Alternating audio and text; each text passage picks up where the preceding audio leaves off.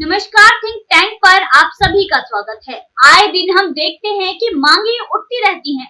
मांगे ऐसे उठती हैं जैसे कि कुछ ऐसा इजी सा मांग रहे हो। संविधान में बदलाव की मांगे उठने लगती हैं, संविधान संशोधन की मांगे उठती हैं, न्याय की मांगे उठती हैं। मांगे उठती है लोकतंत्र व्यवस्था बनाए रखने की, मांगे उठती है कानून व्यवस्था बनाए रखने की, मांगे उठती है जान की सलामती की, मांगे उठती है सर-तन से जुदा की, मांगे उठती है मांगे उठती है मुआवजे की। तो ये सारी मांगों के बीच हम कभी हजारों मांगे सुनते रहते हैं। आए दिन हम हजारों मांगे सुनते हैं। इन्हीं मांगों के बीच हमें पता चलता है कि मेरठ के यश की हत्या कर दी गई है सलमान और आलिशान के द्वारा। इसके बाद हम इस खबर से उभरते भी नहीं है। फिर हमें पता चलता है कि अमरावती के उमेश कोहली की हत्या उसी के दोस्त यूसुफ ने कर दी। ये चीजें हमें पता चलती हैं, जिसके बाद हमारा दिल बौखला जाता है और हम और भी मांगे करने लगते हैं। इसके बाद हमें कुछ नेता दिखाई देते हैं जो हनुमान जी का झंडा हाथ में लिए होते हैं, जो हिंदुत्व की बात करते हुए दिखाई देते हैं। कुछ नेता जो हमारे बीच हमारे हिंदू धर्म को बढ़ाने की बात करते हैं, सनातन धर्म की बात करते हैं, हिंदुस्तान को विश्व गुरु बनाने की बात करते हैं। कहीं बुलडोजर चलता हुआ दिखाई देता है। दरअसल बात ये है कि हम ऐसी खबरों के आदी हो चुके हैं। हम इन खबरों को सुनते ही हमारा दिल पिघल जाता है। वही होता है। फिर खबर आती है, न्यूज चैनल्स की बात करते हैं। न्यूज चैनल्स पे फिर आती है राजनीति की खबरें कि विधानसभा जो विधायक हैं, कई विधायक बिना बताए सरकार में बिना इन्फॉर्म किए अपनी जगह से भाग गए हैं।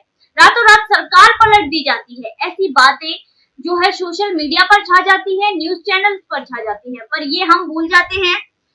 इसमें नोटिफिकेशन आते हैं, पर हम भूल जाते हैं अपराधियों को कि अपराधियों ने किस मानसिकता के साथ अपराध किया।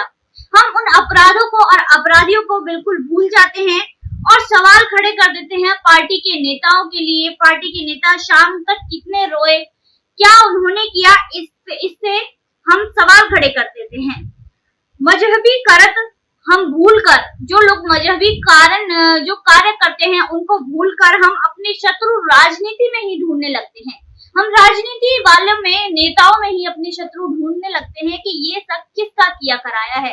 हम अपराधियों को और अपराधों को तो बिल्कुल ही भूल जाते हैं, क्योंकि न्यूज चैनल इस तरीके से इन चीजों को दिखाते हैं कि हमारे दृष्टिकोण ही बदल डालते हैं। तो अगर कन्हैया लाल को मारने वाला, रिंकू को मारने वाला और अंकित सक्सेना की हत्या करने वाला इंसान अगर गाजी बन जाए, अपराधी गाजी बन जाए, जिसके परिवार का ठेका उठा ले मौलाना और उनके धर्म की रक्षा करने वाले जो लोग होते हैं वो उठा ले, झूठी रक्षा करने वाले वो लोग उठा ले, तो परिवार का जो पहला डर होता है किसी भी अपराधी के लिए वो निकल जाता है और वह अपराध की तरफ अपने कदम बढ़ा देता है। इसके अलावा अगर आधी रात को किसी अदालत को किसी अपराधी के लिए खोला जाए या फिर सालों बीत जाए और कमलेश तिवारी के हत्यारों को सजा ना मिले, इसके अलावा जो जीव हाथ पैर काटने की जो मौलाना धमकी देते हैं उसकी 24 घंटों के अंदर जमानत हो जाए, कन्हैया लाल की हत्या को सही साबित करने के लिए नुपुर शर्मा पर उंगली उठाई जाए, तो यहाँ पर ऐसा करने से जो दूसरा डर होता है अपराधी के मन में वो भी खत्म हो जाता है, कानून का डर।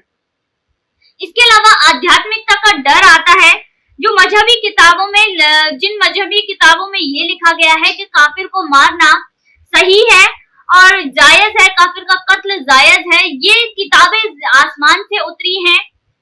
ऐसा तो नहीं लगता किसी इंसान ने बनाई है, ऐसा ही लगता है आसमान से उतरी है। तो इसमें काफिर का कत्ल जायज बताया जाता है कि काफिर के कत्ल से जन्नत मिलती है, खुदा खुश होता है। तो ऐसे में इनका जो तीसरा डर है, जो है आध्यात्मिक डर, वो भी खत्म हो जाता है। तो ये तीनों डर जब इनके दिलो दिमाग से खत्म कर दिए जाते हैं, तब अपराधी अपराध की तरफ कदम बढ़ा देता है। वहीं पर अब जब नुपुर शर्मा ने बयान दिया, उसके बाद 56 इस्लामिक देश भारत पर भूखे भेड़िए की तरह टूट पड़े। हुआ यूं कि नुपुर शर्मा ने जब बयान दिया तो भारत के ऊपर सबने ताक झाक शुरू कर दी, ताना बाना करना शुरू कर दिया। वहीं भारत को आगे चलकर उनसे माफी भी मांगनी पड़ी। इसके अलावा जब 1 लाख को सजा दी गई तो उसके बाद यूएन ऐसे चिंतित हुआ जैसे उसी के परिवार के व्यक्ति को सूली पर टांग दिया हो। पर अल्पसंख्यकों के खिलाफ ये दोगलापन जो चल रहा है वो अभी तक थमा नहीं है। वहीं बांग्लादेश से एक ताजा खबर सामने आई है, जहां पर 6 महीने के अंदर बांग्लादेश में 79 हिंदू लोगों की हत्या कर दी गई है।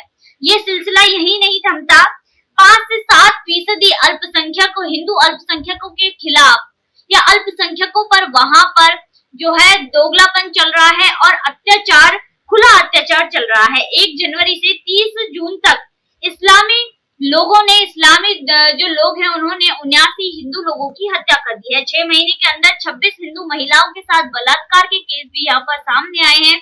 वहीं 1 जनवरी से 30 जून तक इस्लामियों की कट्टरपंथी इतनी बढ़ गई, उन्होंने 26 करोड़ 2,30,000 का हिंदुओं से जबरन वसूली की और 157 हिंदू घरों और मंदिरों को लूटा। इसमें 620 को जान से मारने की धमकी मिली, 145 पर हत्या करने की जिनकी कोशिश की, 183 यहाँ पर घायल हुए।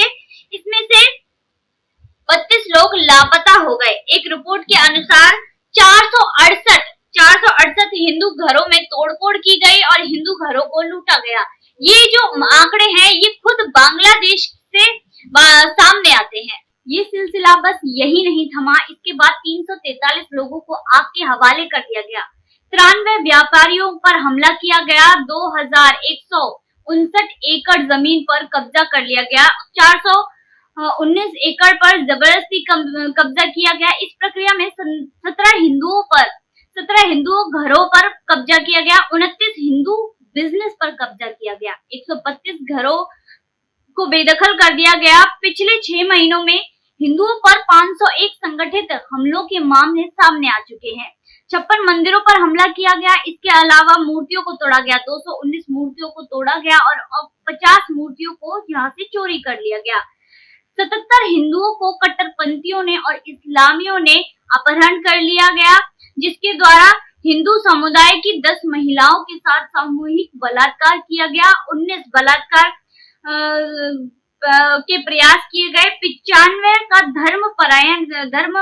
धर्मांतरण कराया गया, जिसके बाद 21 परिवारों के धर्मांतरण की कोशिश की गई और हिंदुओं की धार्मिक भावनाओं को आहत पहुंचाया गया। ये सब मामले इसी चीज के अंदर आते हैं। ये सब मामले यहीं पर नहीं रुकते, इससे आगे भी और ये मामले चलते चले जाते हैं। आगे रिपोर्ट कहती है कि 302 हिंदू परिवारों को सामाजिक रूप से अवरुद्ध कर दिया गया, समाज से निकाल दिया गया। 60 धार्मिक समारोह यहाँ होते हैं, 60 को बाधित कर दिया गया, इनमें बाधा डाली गई। इसके अलावा 100 लोगों को धार्मिक रूप से जो प्रतिबंधित है गोमांस वो खिलाया गया, जबरदस्ती खिलाया गया। तो ये मामले यही नहीं ठहरते, कुल 638 घटनाओं में 52 करोड़ 35 लाख 55 हजार इतनी बांग्लादेशी मुद्रा का जो है नुकसान हुआ है। जो मीडिया ये जानती है, जो लोग ये ट्वीट करते हैं कि शबाना आजमी के टखने में चोट लगी है, इसके अलावा शिखर धवन के अंगूठे में चोट लगी है, क्या उनको दिखाई नहीं देता कि कन्हैया लाल और उमेश के साथ क्या हुआ? क्या उन्हें ये दिखाई नहीं देता कि इन लोगों की गला रेत कर हत्या कर दी गई? इन लोगों को इंसाफ कौन दिलाएगा?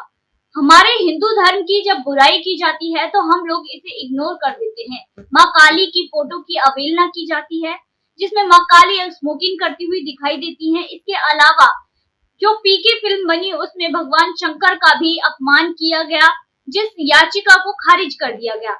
क्या इन लोगों को तब धर्म दिखाई नहीं देता जब दूसरे समुदाय पर जो कुछ बोल दिया जाए तब धर्म दिखाई देता है? आखिर इसका हिसाब कौन करेगा, न्याय कौन करेगा? इसी के चलते आगे फिर मिलेंगे एक नई वीडियो के साथ। देखते रहिए थिंक टैंक।